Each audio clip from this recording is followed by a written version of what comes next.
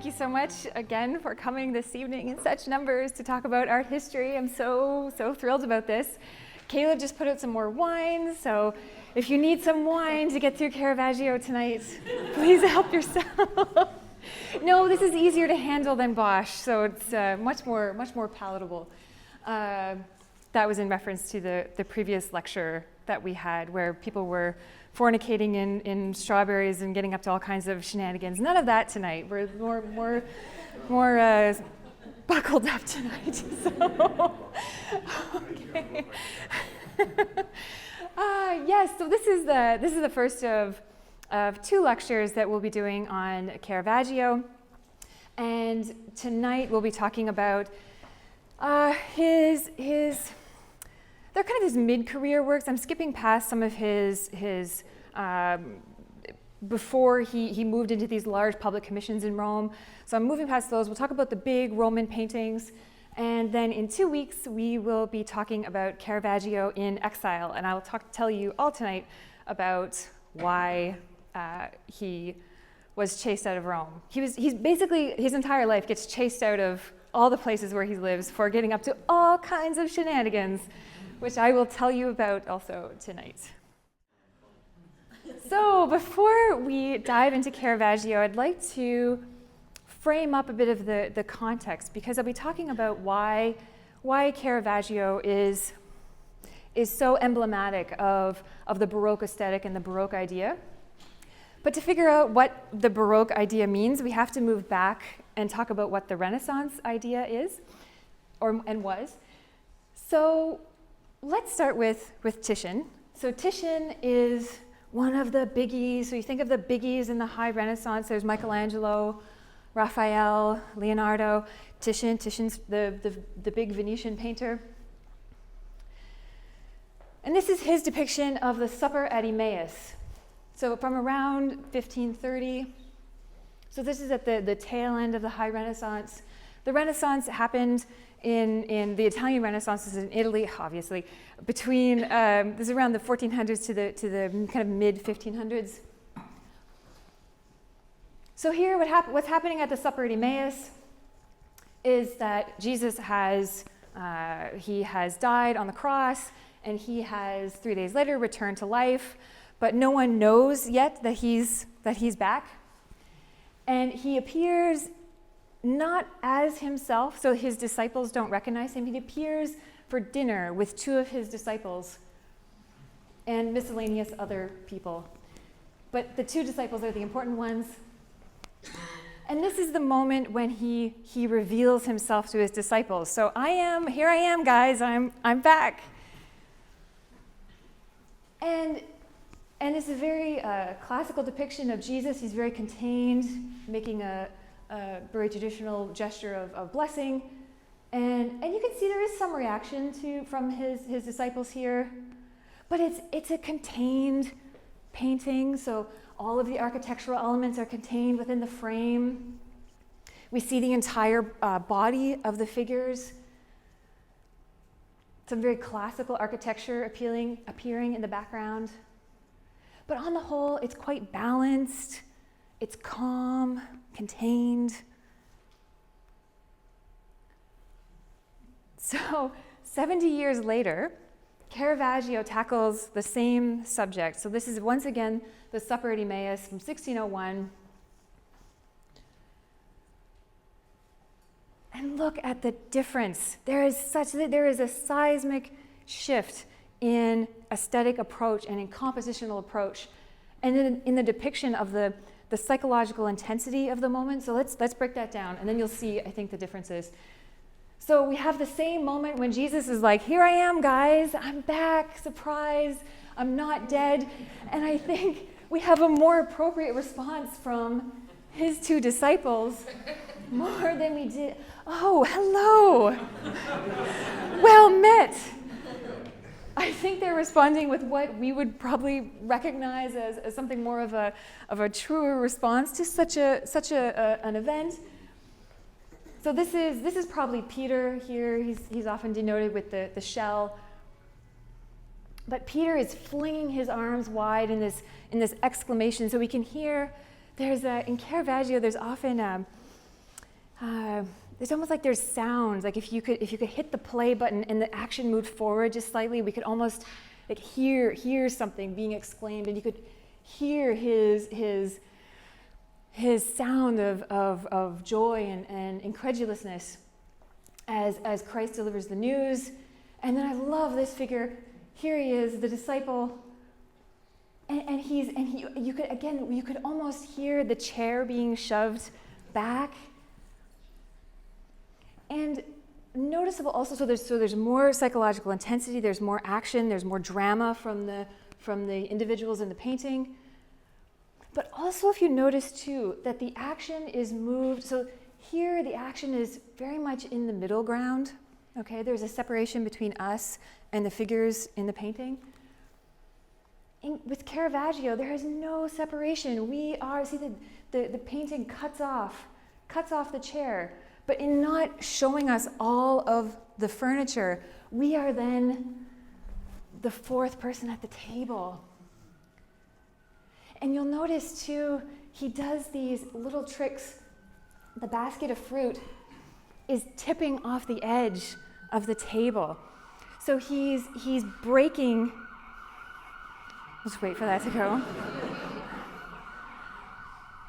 Union Street, it's been an adventure.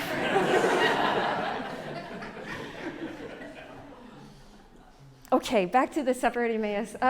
So the fruit is tipping off the table, and again, it looks like it's tipping into our space. So he's breaking that pictorial boundary, that there's less space between us as viewers and the action that's happening in the painting.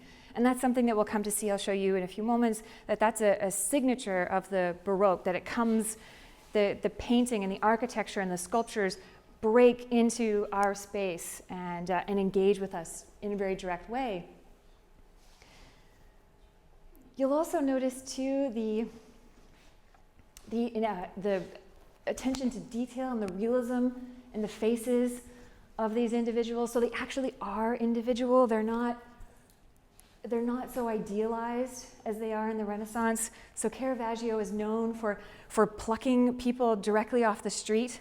So he actually looks like somebody that Caravaggio probably had a few drinks with at the tavern. Would you like to come be in my painting? Pretend to be Peter with his red nose. And these details, I think, that are so remarkable at Caravaggio, the torn sleeve of this disciple. So there are elements, again, that we're feeling that it's not some distant scene that has happened at some other time. Like, we are more fully engaged with it because of these realistic details. Also notice the pared down nature of the space. So with Titian, he includes, there's a mountain and there's a tree and a couple of columns, and they're interested in the entire space. And with Caravaggio, he strips all of that away. And you can see, we'll go through this if you come to my next lecture as well. As he proceeds through his career, all the details become pared down and pared down and pared down, so that he's drilling into what's essential to the narrative and what's essential to the story. And just one other note, well, two other notes. Why Jesus does not look like Jesus here, that caused lots of consternation during Caravaggio's time also, but we think that he was maybe trying to interpret the fact that Jesus appeared not quite looking like Jesus.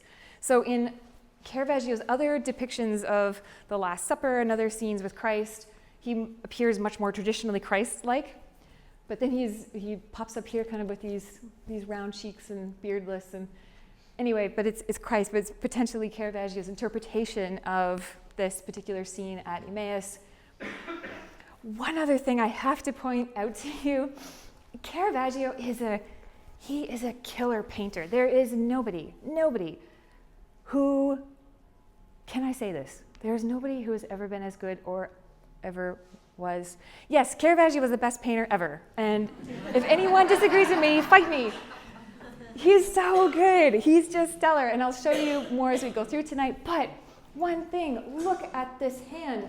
So this is again, Peter, and we can tell, we know how this is working, right? That his right hand is disappearing into space, so it's receding into the space, and his left hand is being thrust out into our space, right? We can read that. And that's called foreshortening. And it is so hard. It is so hard. And it's so much easier. So say if you were to do a drawing of me or a painting of me, and I was gesturing like this so that my arm was on the same plane as my body, easy peasy. But then if I was going to gesture towards you, you can tell that I'm existing in 3 dimensions, but you can tell that my fingers, by way of depth perception, that my fingers are closer to you than my body, because the fingers will appear slightly larger in space, and then you can't see my arm, but you know it's there, right? It's such an easy concept, but man, it's so hard, and it plagues art students so much.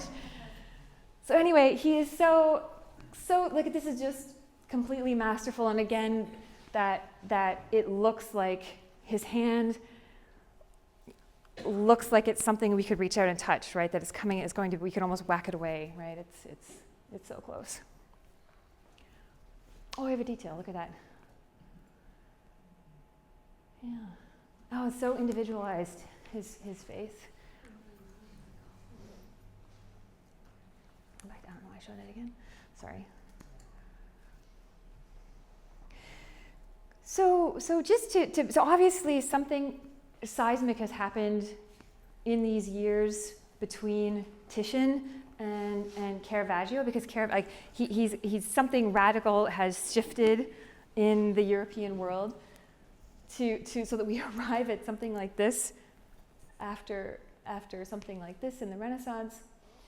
So we'll talk about that. So this is the Renaissance again. This is Michelangelo's scene, the creation of Adam from the Sistine Chapel ceiling. The High Renaissance, everything is chugging along so well in the High Renaissance. So this is early 1500s, okay? Humanism makes a lot of sense. They're connecting with the writers and the philosophers and the artists of the ancient past. They're researching and writing on Greek and Roman thought and philosophy. The art is very positive. They have faith in humanity. Here, God is reaching down to man, and man is reaching up to God. So it's a very optimistic expression of mankind's state of being. Raphael was around the Vatican at the same time, depicting this school of Athens, where we have all the great men gathered together. And Plato and Aristotle are in the center holding conversations, great men conversing with other great men. It's a celebration of what humankind can achieve and our great thoughts, and everything's balanced in this perfect space, this perfect classical-esque environment. The central figures are in the middle. Everything is balanced on either side. This is positive, right? Like there's no angst happening here. Everything is fine. Oh, and then things start to go a little bit off the rails. So, this was before 1517, when everything is looking fine. 1517, all these people start to get up to things in the mid-1500s. This is Martin Luther. Martin Luther publishes the 95 Theses in 1517 and then catalysts the Protestant Reformation. So it's the splitting of the Catholic Church and the Catholic faith, this massive rift that happens over several decades in the 1500s. He visited Rome. He didn't like what he saw. He thought the popes were up to all kinds of shenanigans. They were selling it to pay for all of this nice stuff. I think it's such a genius. What a genius marketing maneuver. So the popes were selling indulgences, so you could donate to the church and buy your way out of hell/purgatory. And they were making massive boatloads of money over the Renaissance with this scheme. And the wealth that was flowing into Rome and into the papacy during this period, and the palaces they were building. Rome was undergoing this massive resurgence. Art historians, we think it's great. We're all for it. Sell those indulgences. Commission that artwork. But Martin Luther was not so keen. He called Rome, the city, he called Rome the whore of Babylon. He was not impressed, the whore of Babylon. Fighting words, Martin Luther. So Martin Luther is in the kind of German area, stirring up all kinds of trouble. Henry VIII, also causing trouble in England. He would like to annul his marriage to Catherine of Aragon and marry Anne Boleyn. So he begins to petition the Pope for an annulment of his marriage. But the Pope is a little busy because in 1527, the troops of Charles V are sacking Rome. They just come into Rome and camp out and burn things to the ground, and there's raping and pillaging, and the Pope goes into, he barricades himself into the Castle St. Angelo. And Henry VIII, I really like an annulment, please. As the Pope is in the castle and the city is being sacked by Charles V, who is the nephew of Catherine of Aragon. So he says, Henry, I don't think I can grant you an annulment right now because Catherine, your wife's nephew's troops are sacking my city. So Henry, we all know that, so anyway, it doesn't end well for Catherine, and he founds his own church, so the England splits off from the Catholic faith also.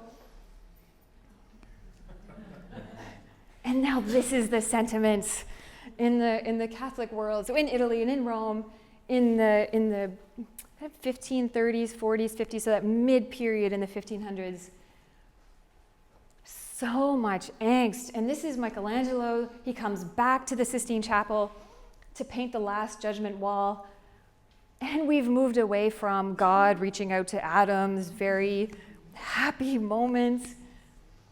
And the wall, the Last Judgment wall, is filled with scenes like this where the figures are contorted and in agony and distorted. So the Catholic Church, they're reeling from these tumultuous shifts in the faith. And they know they have to counter that in some way. They have to react.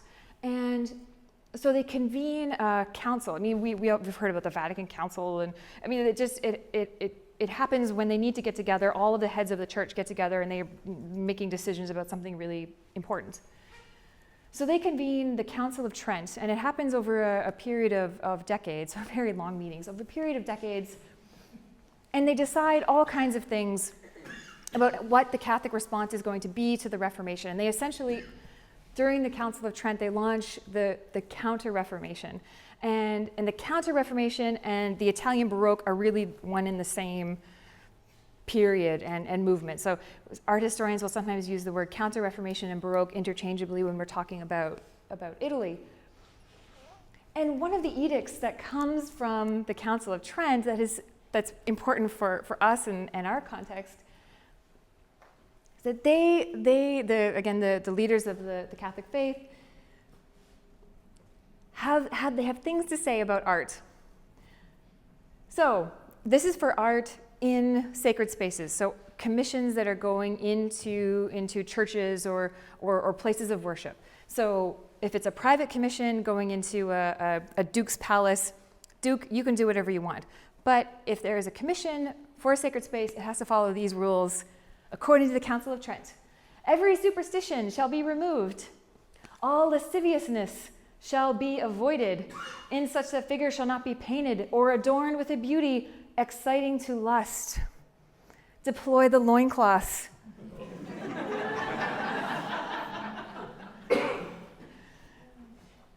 There's to be nothing seen, there be nothing seen. Anyway, I can't read that. That is no disorderliness, or that is unbecomingly or confusedly arranged. So nothing ambiguous or kind of out of order, nothing that is profane, nothing indecorous. Seeing that holiness becometh the house of God, not the God, house of God. So essentially, there had to be, if it was going into a church, the artwork had to have a very specific connection to the Christian or Judeo-Christian doctrine. So, for instance, this is Michelangelo's David from the Renaissance, so pre-Council of Trent. So with these words ringing in our ears, nothing exciting to lust. There's a lot of genitalia on view here. Probably could use with some fig leaves, or like I said, those handy loincloths. And also the idea of nothing profane or nothing indecorous. So if I were to tell you, so if you hadn't seen this sculpture before, and I told you this was Michelangelo's depiction of the Greek god Apollo, would you believe me? Right? Yes, you would. Right? There is no reference. I mean, other than the sling. There's a little sling over his shoulder. There is no reference to the actual doctrinal source here, right? It could be a Greek god. I mean, there's no Goliath doesn't appear in this. Doesn't look the way that David is described in the Bible. So he's Michelangelo, and again in the Renaissance this is very acceptable during this period, but there's a fluidity between pagan sources and Judeo-Christian texts or material, which they don't want in the Baroque. Counter-Reformation, none of that.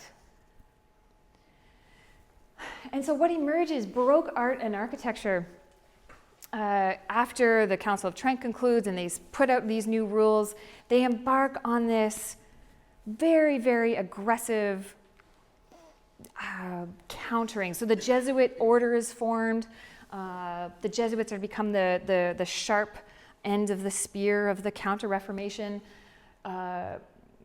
Missions become an important focal point of the Catholic faith.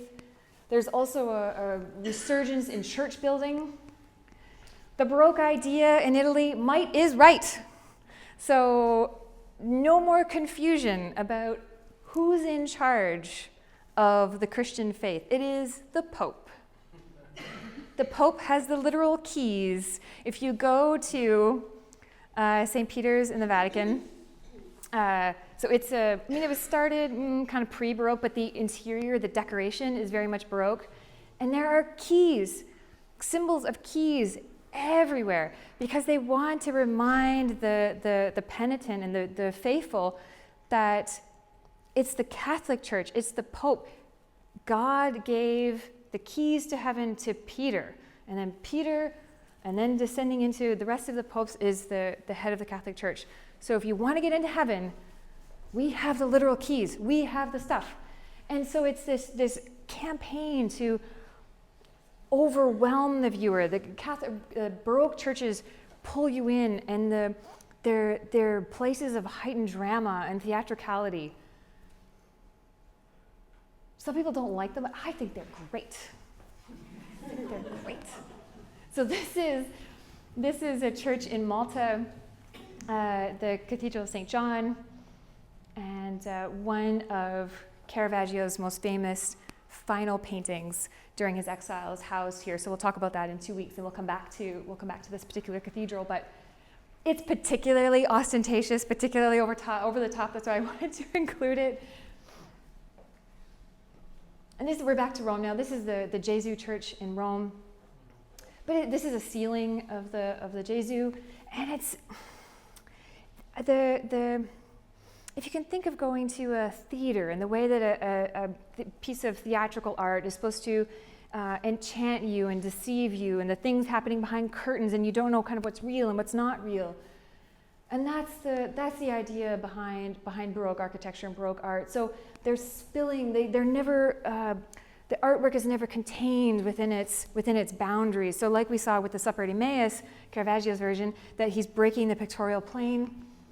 Here we have figures spilling out from the ceiling or flowing over the edges. They're kind of turning into sculptures. We're not sure if this is real light from heaven or if it's painted on. So it's all about tricking the eye and awing the viewer. This is also in the Jesu. I mean, it is a little overwhelming. It's a bit much. There's lots of gold and colored marble.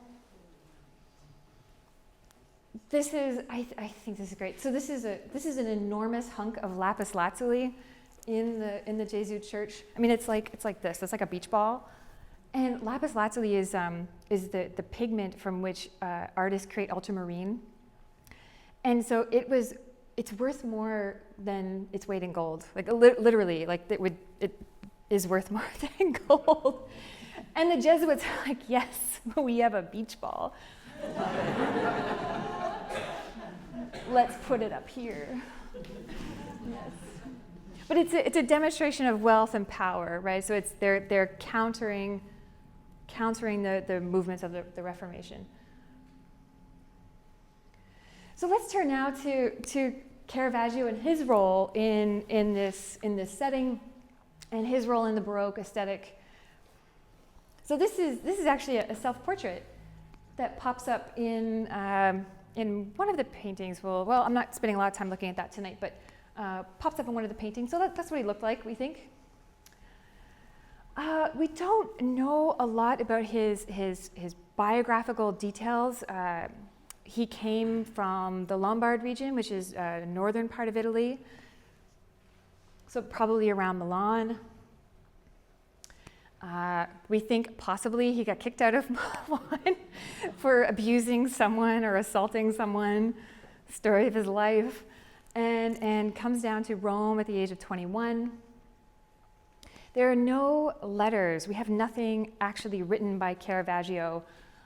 Unlike like Michelangelo and Rubens and Bernini, we have letters. We can actually hear their voice. But we don't have that with Caravaggio. We have lots of his arrest warrants. No actual letters. So it's hard to kind of create a portrait of what his inner life was like, because he gives us no voice other than his paintings. But from what we can tell from contemporary sources, is that he wasn't particularly pious, which will make sense when I tell you a little bit more about what he gets up to when he's off. And that he wasn't particularly erudite, so he wasn't, again, we don't think he was very scholarly or trained in kind of any kind of rigorous academic setting. What I mentioned the contemporary sources, so there were two biographers that wrote accounts of Caravaggio's life in the kind of mid-1600s. And so they knew him personally, but this is the portrait we have of Caravaggio from these two biographers. But they were actually rivals of his, and one of them tried to sue Caravaggio for libel because Caravaggio and his cronies were writing nasty poems about him. So then this guy later on wrote the biography of Caravaggio. So it's a complicated. These are complicated sources, and they're potentially biased, and so some stories may be amplified, and some details may be skewed. So I guess what my point is that his biographical detail is we have to view it with some skepticism. So like I said, he comes to Rome at the age of 21. He's not doing very well, we think. He does some small still lifes and is maybe selling paintings on the street. So not exactly career success in his early 20s.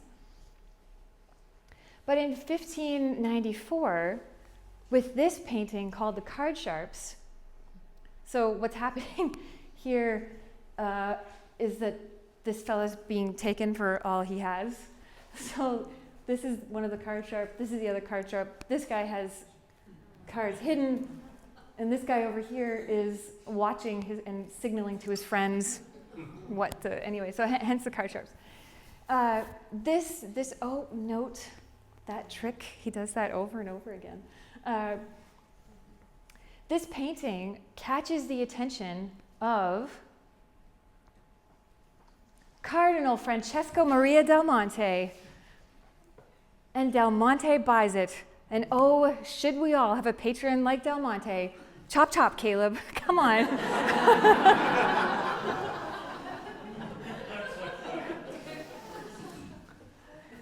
Del Monte thinks Caravaggio is grand and has lots of potential. Says, Caravaggio, come move into my house. Become one of my household. So this is the Palazzo Madama. It's just around the corner from the, Palazzo Madama. It's just around the corner from the Piazza Navona. It's currently the home of the Italian Senate. So it's a nice building. It's a nice building. And Cardinal Del Monte was a very important figure in the Roman art world. He was vastly wealthy. He was the representative from the Duke of Milan in Rome, and just had great resources because of that position and that status. He was a collector, so purchasing work, but then he was also a patron, and he would commission work from artists as well. He was surrounded by musicians and poets and painters. So he says to Caravaggio, come live in my house. Caravaggio thinks this is great. It immediately gives him a position of social standing, but then also of artistic importance and prestige, that he comes to this house. He starts wearing, you can just picture a 20-year-old man thinking this. He starts wearing a sword because, so swords aren't, you're not supposed to wear swords on the streets of Rome. Just like wearing guns today, you had to have a special license to wear a sword. He was like, I live with the cardinal. I'm now wearing a sword. Like, it's just the second he moves in, there's just strapping on the sword. And he gets arrested over and over and over again for carrying a sword, and he goes to jail, and then Del Monte has to get him out, and then he goes home again, and then sticks the sword back on and goes and gets arrested. And I have to read you, this is from one of his contemporary biographers.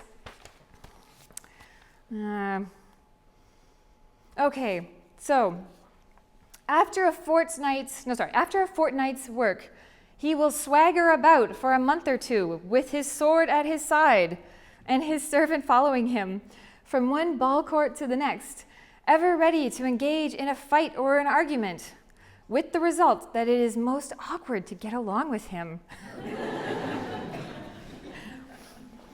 He was arrested for throwing a plate of artichokes at a waiter, for slashing the cloak of a guard, for scarring the face of a guard, and a bunch of other things I can't remember. I was going to try to remember this enormous list for you tonight, but the artichokes always sticks in my head, that he flings a plate of artichokes.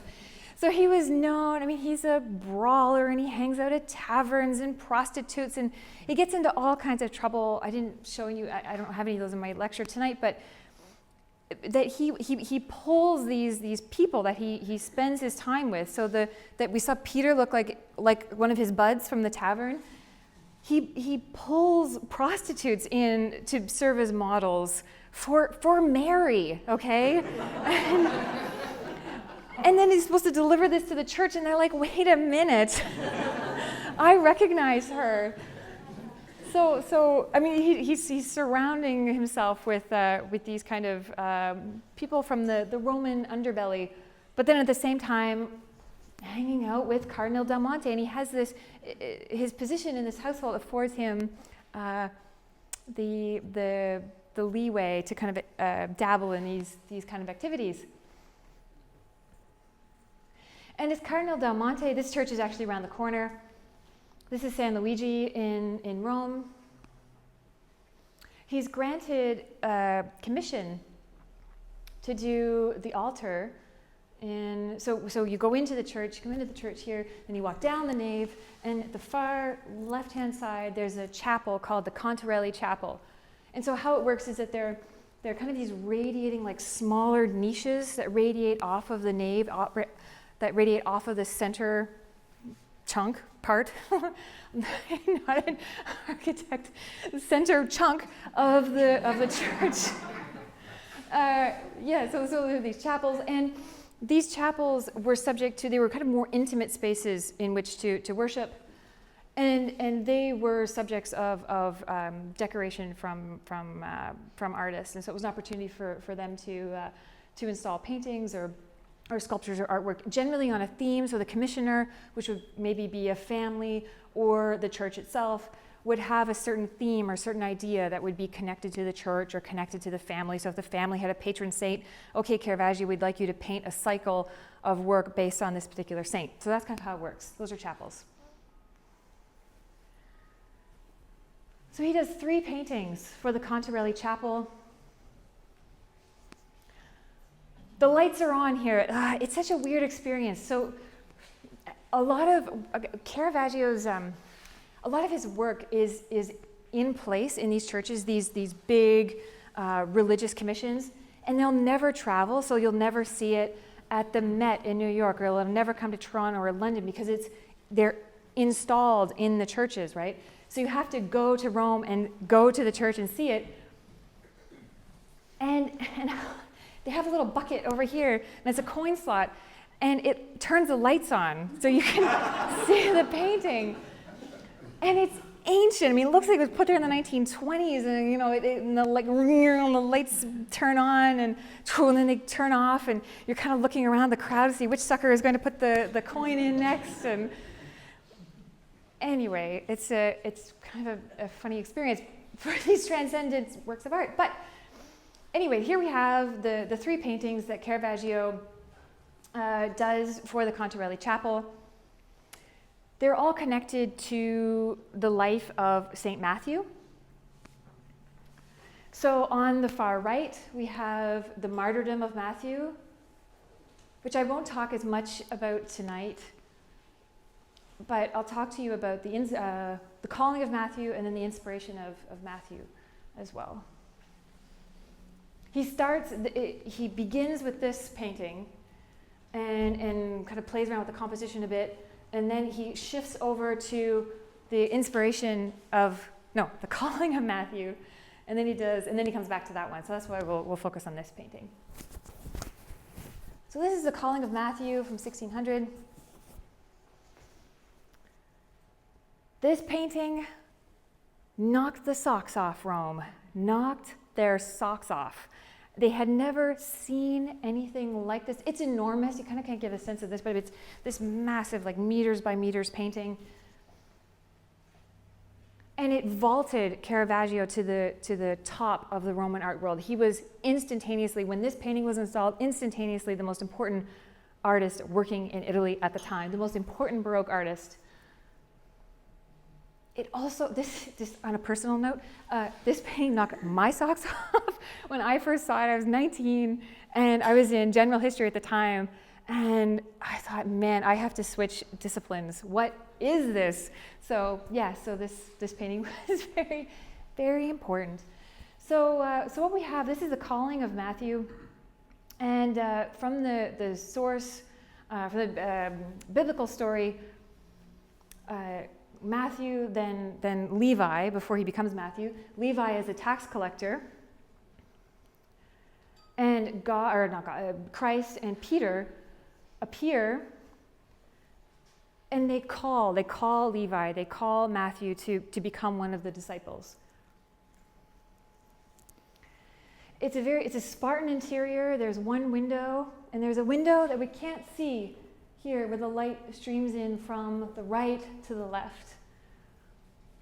And Matthew is turning to face Christ and Peter, as are the 2 youths seated to his left. And then there are other 2 men counting. It's a customs house, so they're counting the money on the table. Let's see if I have details. Yes, I do. Okay, good. And what Caravaggio has done, he's distilled this story where Christ says, you stand up and come with me, and then Matthew stands up and goes along with him. He's condensed this narrative into this tight relief. So what a relief is that the figures are splayed out kind of in a row for us to see. And we read the story, which is a story of inspiration and of conversion and of seeing the path, the true path to Christ and to God in the light. So the light comes from behind Christ's head, and his face is almost in shadow, but the light picks up his fingers, his gesture, which is then echoed by Peter, and the light coming from the window, so it's a metaphor of divine light, comes and strikes Matthew fully in the face. And then he repeats the gesture also, that kind of like, who me gesture. So there are these three gestures repeated here and here, and the light just skims the top of the hands. And it's also a metaphor for the idea of light and darkness, of being susceptible or being open to conversion, open to faith. And you can see that the two faces of the young men are turning, and the light is hitting their faces. But the two men who ignore the presence of Christ and Peter carry on counting their money, and their faces are shrouded in darkness.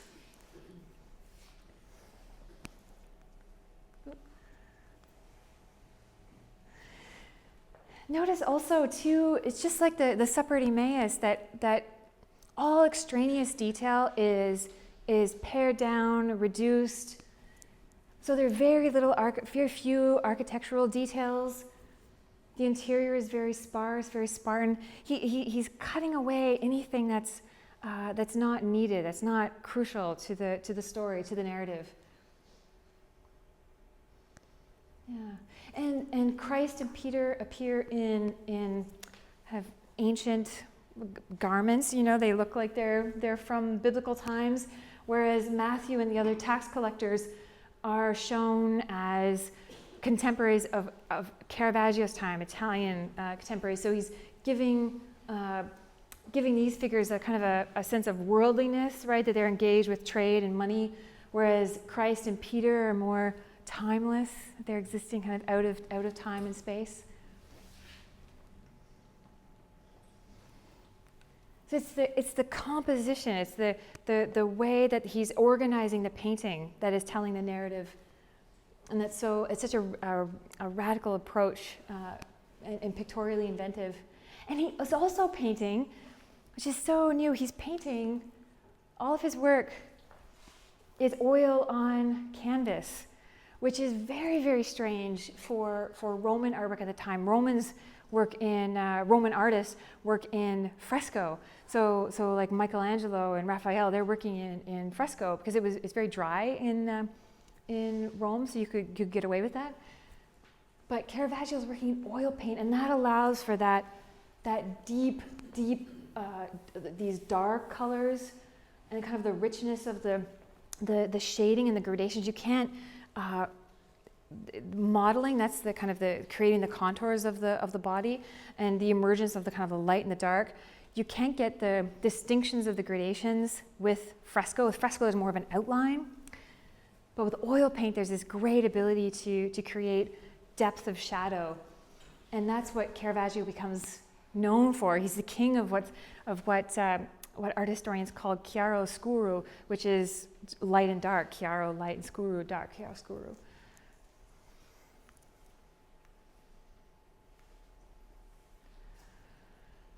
And this is the center, so this is the altarpiece. So the martyrdom of Matthew and the calling of Matthew, big hits. The church brings him back to do the altarpiece. There's actually a first version that was rejected. So it's in black and white because it was destroyed in Berlin during World War II. So this is the only we just have a black and white copy of it.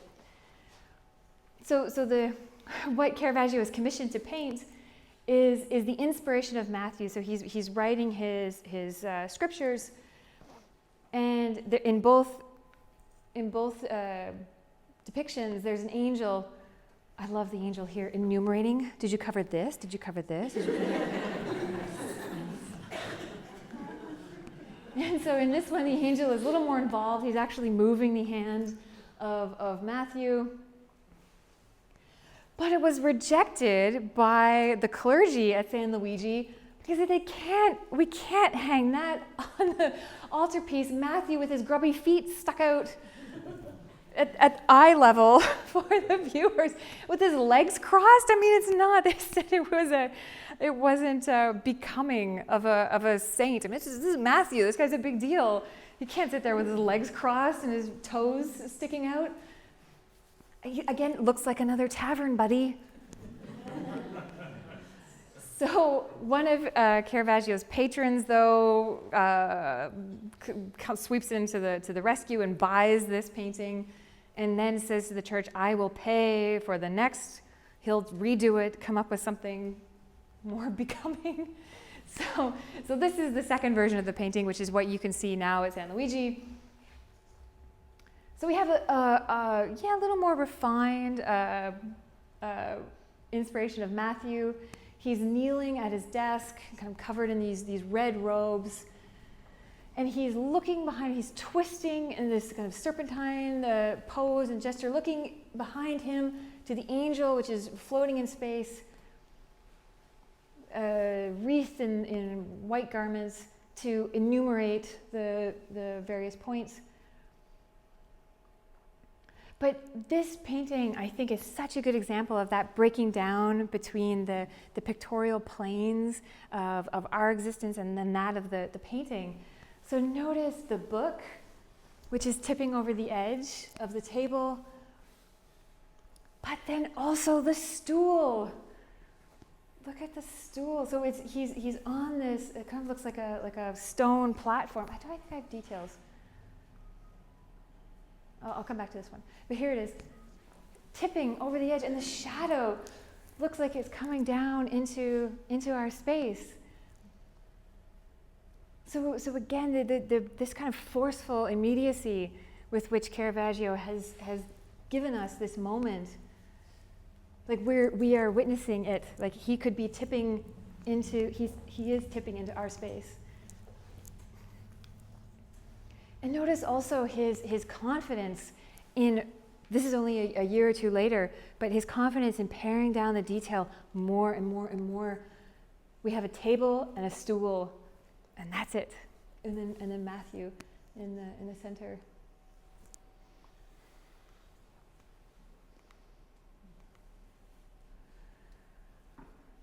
So this Matthew cycle went over very well.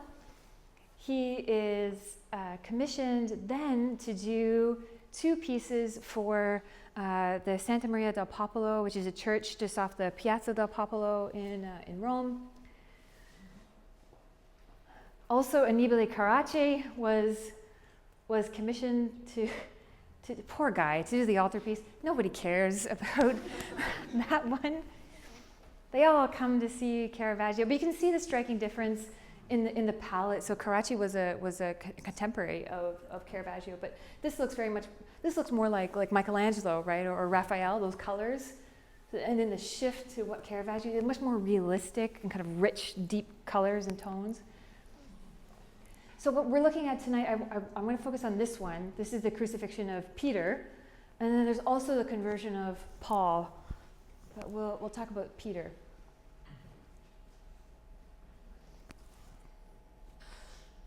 So the story behind the Crucifixion of Peter is that this is the very end of Peter's life. He has been nailed to the cross. He's been asked to be nailed to the cross, similar to the way that Christ was, but he wants to be hung upside down in a gesture of kind of humility and reverence for Christ. And there's a note in the Bible that when Peter is when the cross is about to be raised, that he pulls himself up and delivers one last sermon to his followers. And that's the moment that Caravaggio has decided to depict here. So again, it's this moment of action, a moment of drama where you can see the three men straining to lift the cross. And his mouth is open, so he is about to articulate his final sermon.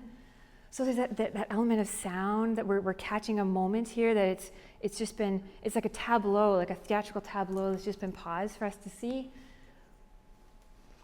And he's using once again light as a metaphor, so the light is fully illuminating Peter and his face, falling directly on him, whereas the executioners are in shadow. Their faces, they're in so much shadow and darkness that we can't make out their faces and any kind of distinguishing features.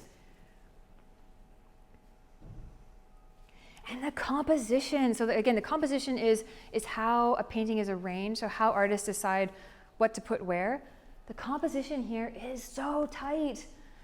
So we have this diagonal, like two intersecting diagonals here formed with Peter and the cross, and then the executioner in the upper right to the lower left.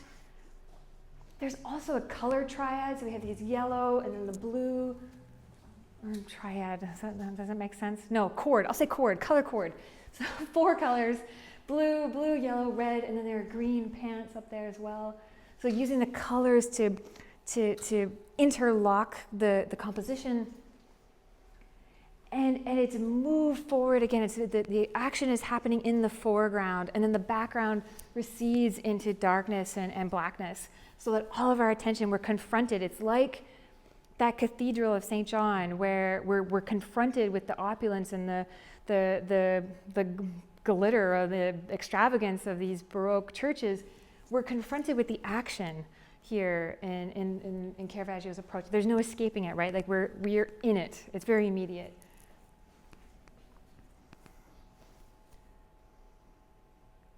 And it's moving. I mean, this is such a it's very complicated. So he's a scoundrel, right? Caravaggio, he's not a good person, but he depicts these moments, these incredibly sacred moments, with great empathy and forcefulness and insight into the psychology of these people. And with a forcefulness that hadn't been seen before. Like there's nothing this immediate or moving had been created before Caravaggio came along.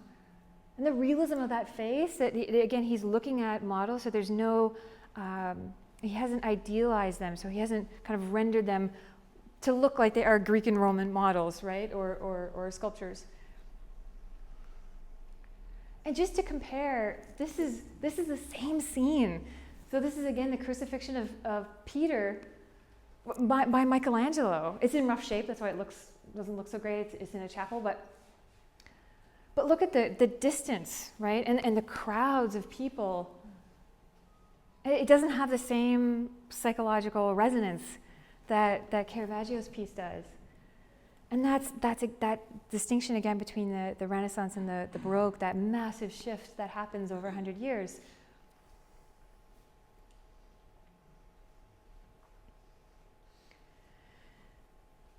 So this is Caravaggio's Entombment of Christ, painted a couple years after the Matthew cycle and the Santa Maria del Popolo. This painting is in the Vatican museums in the Pinoteca. Tip, if you are part of that stampede, the stampede that's on their way to the Sistine Chapel, try to disentangle yourself from the crowd and go into it's called the Pinoteca, so it's the picture gallery. Nobody goes in because there's just this little door and it says Pinoteca and you have no idea what it is, and kind of climate controlled, the door whooshes when you go in. But it's like the most amazing paintings of Western civilization are in there, and it's just again, they're typical of the Vatican. It's like, here's an enormous room of busts. We haven't had time to catalog them. We've had them for 2,000 years, but good luck, Anyway, like this wealth of stuff that they have in the Vatican. Anyway, the Pinacoteca Vatican Museum, you should really go. Not that the Sistine Chapel's fine, it's fine, but, just make sure you go there. Anyway, so Caravaggio's entombment is in the Pinacoteca. And so this is a scene where Christ has been removed from the cross and his lifeless body is about to be entombed. He's about to be lowered into the ground. And there is, I'm going to show you that. So there are two followers, two male followers who are holding the upper body of Christ and his legs and lowering him. And there are three Marys. So this is his mother Mary, Mary Magdalene, and then another follower named Mary. And this lovely juxtaposition of age and youthful beauty, this kind of contemplative sadness here. But then also a study in different types of grief. So this outpouring and the arms outstretched from the third Mary. And then this agonized kind of exertion and contemplation from these two men lowering Christ into the ground. And what is so interesting about this is that generally paintings are organized until this point, until Caravaggio comes along and tackles the subject. So the entombment would have been depicted from a frontal view. So we would have been standing over here, looking more directly at Christ being about to be lowered. But here, if you can imagine that these figures are on a dais that could be rotated, so he's rotated us. The viewers, us, we are now at an angle to the action, which is much more complicated composition. And in doing that, he's showing us, the viewers and his audience, that he is more capable than anyone else at the time in depicting figures in the round. And he's positioning himself, especially with this figure of Christ and his treatment of this lifeless body, as the inheritor of Michelangelo. This is Michelangelo's Pietà. So not quite the same scene. So this is just before the entombment when Mary is holding her son's body. But often those two narratives are linked when they're being depicted. And yeah, so Caravaggio, he's not connecting himself with Leonardo or with Titian. He skips over them. He's positioning himself. He's positing that he is the inheritor of Michelangelo, the sculptor, right? Not just Michelangelo, the painter. He's the inheritor of Michelangelo, the sculptor. And also notice too, artists have to take into account the viewpoint of the viewer. So when you're looking at a painting, ask yourself, are we looking down on the action, or are we level with the action and the figures? Or in this case, are we below it? We're below it, we're in the tomb, right? So we're standing, like it's happening above us. We're looking up under the body of Christ. So we are in the space where the ground has been dug up. And Christ, again, it's that moment of climax, that moment of action is about to be lowered on top of us. And the stone is, again, kind of that tool to break into our space, make it look like it's coming into our pictorial sphere.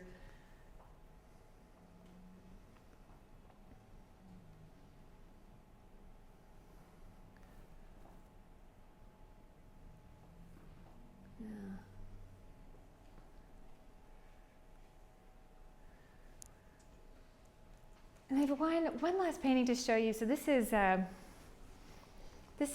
Saint Jerome from 1605, 1606. This painting is in the Borghese Gallery in Rome.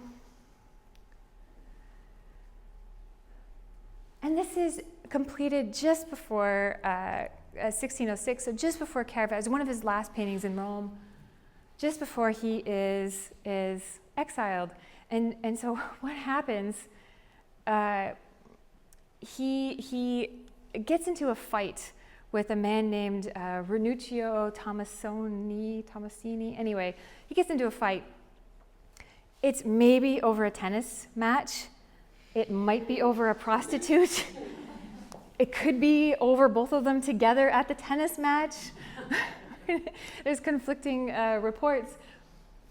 But he gets into a fight, and of course he's wearing a sword, and he kills him. And we don't know if it's intentionally or unintentionally. If it was, there's no record of kind of what transpired. But so for the first time, he actually murders someone, and that's a capital offense in papal Rome. So he either has to stay in Rome and face the consequences, which would be death, or he has to flee Rome. And so his patrons, again, Del Monte and other patrons, come to the rescue, and they allow him passage. They connect him with friends of theirs in a few different places, but eventually Naples.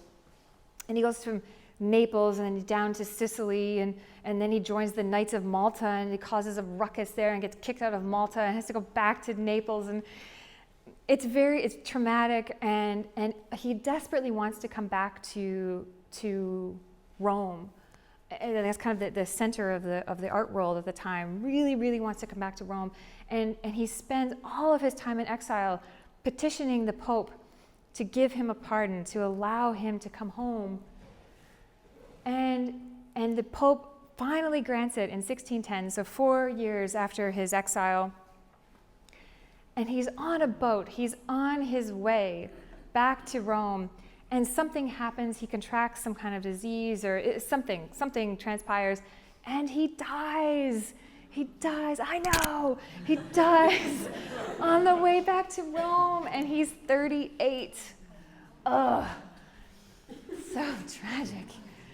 So we'll talk about those last 4 years of his life, and we'll look at paintings in detail, but some of them are grim. They're really grim. Prepare yourself for that.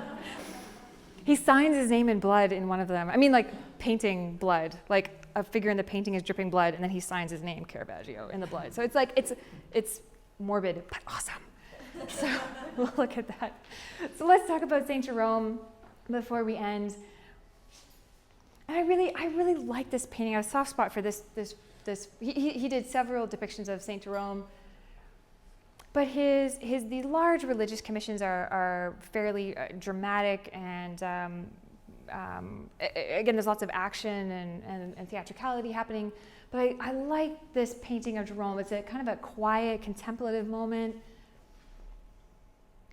But all the things that we've come to know over the evening are characterized here, or that we see here from Caravaggio. So there's essentially a black background, a black room with a very faint light source coming from the left, illuminating a table with a few books and a skull. And Jerome is at work. He's at work writing. And light, once again, as a metaphor, that the divine light of inspiration is falling on the face of Jerome, reflecting off his bald head. Here he is. He is such an exquisite painter. So if you can see, it's hard to get up close to the canvases in the churches, so in Santa Maria del Popolo and in San Luigi, because it's bare, you can't get into the chapels, you're kind of leaning to see them. But at the Pinoteca and the Borghese Gallery, or at the National Gallery in London, you can get up close to these paintings, and you can see, like, they're so like achingly good paintings. I mean, he's such a master of oil painting, and you just, like, the perfection, it just will make you ache. But the treatment of the light, this very harsh light falling on Jerome's face, and the realism, once again, of his features.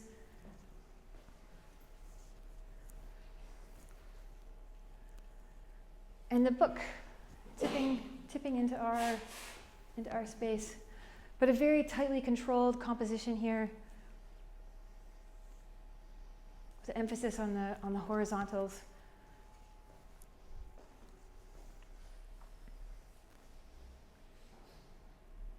And it's so simple. You can see the contrast between the Renaissance, which you think of Michelangelo's paintings or Raphael, like they're a little busier, a little more chaotic. But with Caravaggio, he's paring down the detail again and again and again. And this is such a foreshadowing of what he then experiments with in his last 4 years of his life.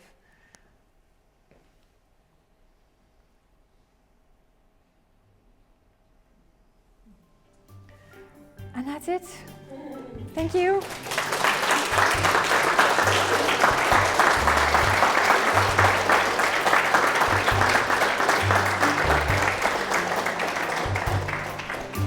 So you can join me if the painting in blood doesn't sound too morbid for you on the 26th at 6:30. And I'm around if anyone has any questions and would like to ask me.